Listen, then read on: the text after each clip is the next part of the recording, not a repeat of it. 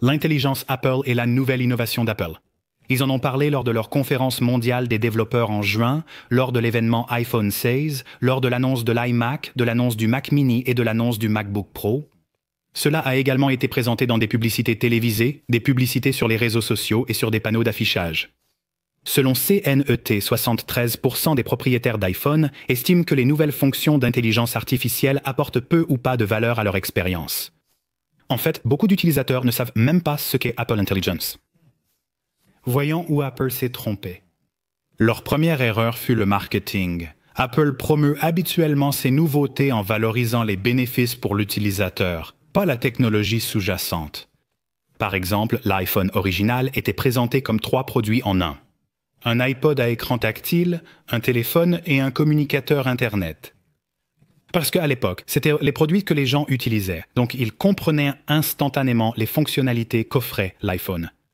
Jusqu'à récemment, Apple avait la même approche avec l'intelligence artificielle. En 2011, ils ont ainsi lancé Siri. Voici Siri, une fonction de l'iPhone 4S. Siri est votre assistant intelligent qui vous aide à réaliser des tâches. Il vous suffit de demander. Notez qu'aucune mention d'intelligence artificielle ou d'apprentissage automatique n'a été faite. Pour l'utilisateur, ces technologies importaient peu. Il voulait juste savoir comment Siri améliorerait sa vie. Lors de la présentation de Deep Fusion avec l'iPhone 11 Pro, Apple a bien décrit la technologie derrière, mais a aussi clairement expliqué les avantages pour l'utilisateur. Voici donc une photo prise avec un iPhone 11 Pro en utilisant cette technologie Deep Fusion. Un tel type d'image était auparavant impossible. Nous avons utilisé l'apprentissage automatique pour prendre cette photo en faible à moyenne luminosité, une première pour un appareil photo d'iPhone. Et je vais comparer ceci. Des extraits avec l'introduction de l'Intelligence Apple. Avec iOS 18, iPadOS 18 et macOS Sequoia, nous débutons un nouveau voyage pour vous offrir une intelligence qui vous comprend. L'intelligence Apple est un système d'intelligence personnelle intégrant de puissants modèles génératifs à votre iPhone, iPad et Mac. Elle utilise votre contexte personnel pour vous offrir une intelligence plus utile et pertinente. Elle protège votre vie privée à chaque étape et est profondément intégrée à nos plateformes et à toutes les applications essentielles pour communiquer, travailler et vous exprimer.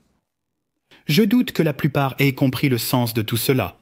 Même lorsque Craig Federighi a évoqué les capacités de l'intelligence Apple, les avantages étaient plus flous que d'habitude, Apple privilégiant l'intelligence artificielle générative à des fonctionnalités concrètes. La liste des avantages de l'intelligence artificielle était si longue qu'aucun ne ressortait vraiment. J'ai montré à quelqu'un la fonction nettoyage d'iOS 18, ses yeux se sont illuminés. C'est une fonction d'Apple Intelligence, mais cela n'avait pas d'importance. Ils ont vu l'avantage de cette fonctionnalité, et ils la voulaient. Pourquoi le terme Apple Intelligence a-t-il été créé? Cela nous amène à la prochaine erreur d'Apple, copier la concurrence. Meta a nommé sa technologie d'intelligence artificielle Llama, Google a appelé la sienne Gemini et Samsung l'a appelée Galaxy Intelligence Artificielle. Apple a suivi l'industrie au lieu de développer sa propre stratégie intelligence artificielle privilégiant un nom insignifiant, Apple Intelligence, plutôt que des avantages concrets. Ils ont affiché ce nom partout, site web, panneaux, spots télévision magasin.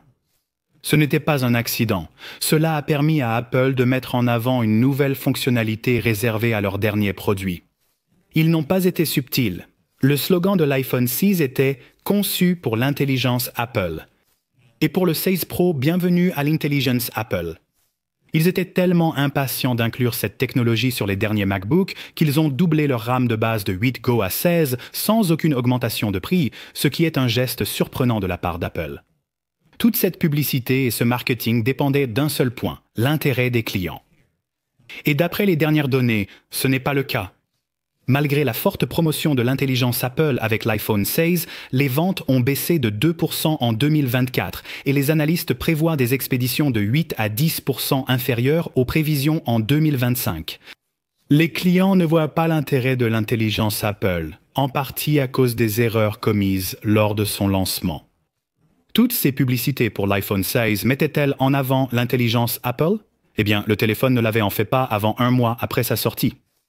Et cela a causé beaucoup de confusion. Les forums étaient remplis de questions sur l'absence d'intelligence Apple sur l'iPhone 6, avant d'apprendre qu'il fallait attendre un mois de plus. Apple a été interrogé sur cette décision et leur réponse était révélatrice. Craig Federighi a dit « Nous savions dès le début de l'année que notre vision de l'intelligence Apple ne se réaliserait pas entièrement en septembre. Nous l'avons communiqué dès sa présentation à la WWDC. C'est un énorme défi et nous avons le sentiment que nous voulons bien faire les choses. Vous pourriez sortir quelque chose et que ce soit le désordre. Ou bien, le point de vue d'Apple est plutôt « Essayons de bien faire chaque partie et lançons-le quand ce sera prêt ». Quand nous réfléchissons à l'évolution de chacune de nos fonctionnalités, mais surtout d'Apple Intelligence, ce n'est pas du tout une situation où l'on fait quelque chose une fois pour toutes. Ce parcours s'étend sur des années, voire des décennies, pour que cette technologie se développe. Nous allons donc agir de façon responsable. Mais si l'intégration de l'intelligence artificielle se fait sur des décennies, pourquoi annoncer ces nouveautés avant qu'elles soient prêtes? C'est comme montrer des fonctions d'iOS Ving alors qu'on est à iOS 18. C'est trompeur et prépare vos clients à la déception. Notamment quand ces fonctionnalités sont clairement mises en avant avec vos produits. Bien qu'Apple dise informer les clients que toutes les fonctions d'intelligence artificielle ne seront pas disponibles tout de suite, ils le font mal. Voyez si vous le remarquez dans cette pub pour l'iPhone 16.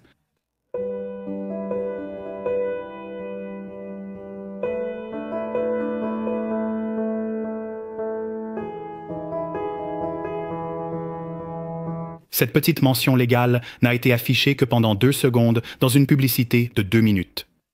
C'est la seule fois où Apple annonce que certaines fonctionnalités seront retardées d'1 an.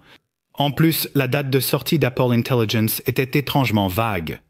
Tous les avertissements d'Apple sur leur site ou publicité annonçaient une sortie à l'automne 2024 et l'iPhone 16 devait aussi sortir à l'automne 2024. Cela peut donner aux clients l'impression d'un lancement commun, surtout puisqu'ils ont été présentés ensemble dans les publicités. Mais maintenant, nous savons que ce n'était pas le cas. Après le lancement d'Apple Intelligence en octobre, Apple a rencontré un nouveau problème. De nombreuses fonctionnalités proposées étaient défectueuses. Par exemple, la fonction des messages prioritaires, censée afficher les emails urgents en haut de la boîte de réception, mettait en avant des messages frauduleux. Apple aurait peut-être dû y penser avant de lancer cette fonctionnalité.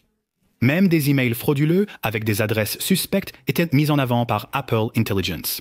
Ce n'est pas seulement embarrassant pour Apple, mais cela accroît aussi le risque que les utilisateurs tombent dans ces arnaques légitimées par le système d'exploitation d'Apple. Une intelligence artificielle compétente protégerait les utilisateurs en signalant les messages frauduleux plutôt que de les promouvoir. La fonction résumé de notifications, conçu pour regrouper des notifications, diffusait en réalité de fausses informations.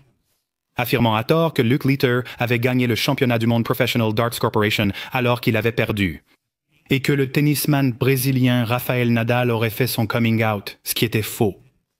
La notification British Broadcasting Corporation News annonçait « Le suspect de la fusillade visant le président-directeur général Luigi Mangione s'est emporté au tribunal, contestant son extradition vers New York. » Mais Apple Intelligence l'a résumé ainsi « Luigi Mangione se tire dessus, ce qui est une pure invention. » Un ex-rédacteur en chef du Guardian a affirmé que la fonctionnalité de intelligence artificielle d'Apple n'était pas prête et devrait être retirée. Le syndicat national des journalistes a demandé à Apple de retirer rapidement Apple Intelligence pour éviter la désinformation. Apple a répondu en déclarant que les fonctionnalités d'Apple Intelligence sont en version bêta et que nous apportons continuellement des améliorations grâce au retour des utilisateurs. J'espère que ces améliorations viendront vite. Avec l'intelligence artificielle des entreprises comme Apple assume plus que jamais la responsabilité d'interpréter l'actualité, de réécrire vos emails et de sélectionner les messages importants.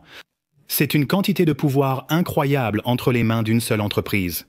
Apple affirme avoir pris le temps de lancer Apple Intelligence pour bien faire les choses, mais ils se trompent encore sur de nombreux points.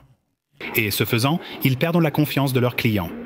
Personnellement, je pense qu'Apple devrait retirer les fonctionnalités de résumé des emails et des notifications jusqu'à ce qu'elles soient corrigées, plutôt que de se cacher derrière une étiquette bêta et de publier de petits ajustements au fil du temps. Je pense aussi qu'ils ne devraient pas annoncer ni promouvoir des fonctionnalités non prêtes, surtout avec des produits qui ne les auront pas avant longtemps. Jusqu'à présent, la mise en œuvre de l'intelligence Apple a été très décevante. J'espère qu'Apple retiendra vraiment la leçon, car les clients ont des limites avant de changer de plateforme.